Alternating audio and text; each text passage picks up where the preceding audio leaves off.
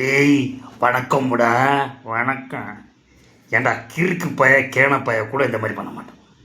பணக்கார கிறுக்கு பயலுங்க பல பேர், நான் எல்லா பயலையும் சொல்லலை, எல்லா துறைகள்லையும் திறமைகள் அழிந்து கொண்டிருக்குது.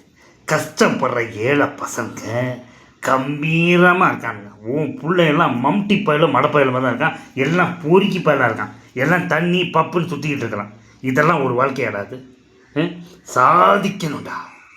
சாதிச்சு நம்ம தமிழ்நாட்டு மக்களுக்கு கொடுக்கணுங்கிற எண்ணங்களே வர மாட்டேங்குது.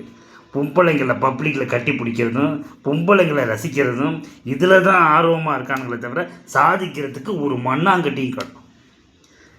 நான் இன்றைக்கி சொல்கிறேன், எழுதி வச்சுக்கோங்கடா. ஒரு பயலுக்கும் சுடுகாட்டில் இடம் கிடையாது. உயிரோடு மேலே அமைச்சிருவேன். ஜாக்கிரதை. நான் கொஞ்சம் வித்தியாசமான ஆள். நான் சொல்கிறது கேளுங்க. கஷ்டப்படுறவங்களுக்கு வாய்ப்புகளை கொடுங்க. பெண்கள் பெரியவங்களுக்கு சிறுவர்கள் வரைக்கும் டிக்டாக் இன்ஸ்டாகிராமில் பயங்கரமாக நவரசமாக சிரித்த முகத்தோடு நடிக்கிறாங்க.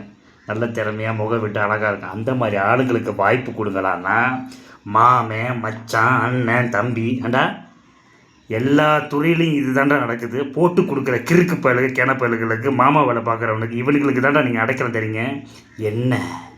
என்னடா என்ன குடும்ப கட்டுப்பாடு பண்ணிடுவேன். ஜாக்கிரதை. குடும்பமே இல்லாமல் பண்ணுற அளவுக்கு நான் ஒன்றும் கடவுள் கிடையாது. அது கடவுள் பார்த்துக்குவார்.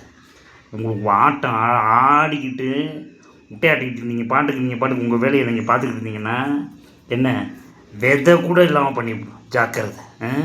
ஆட்டம் பாட போடுறீங்க. ஆட்டம் எல்லாம் இங்கே தான் ஆட முடியும், அங்கே ஒன்றும் ஆட்ட முடியாது. அவர் வறுத்துடுவார். மேலே வறுத்து பொறிச்சு உன் கையில் கொடுப்பார். இதாண்டா மகனை உன் கொட்டை அப்படின்ட்டு.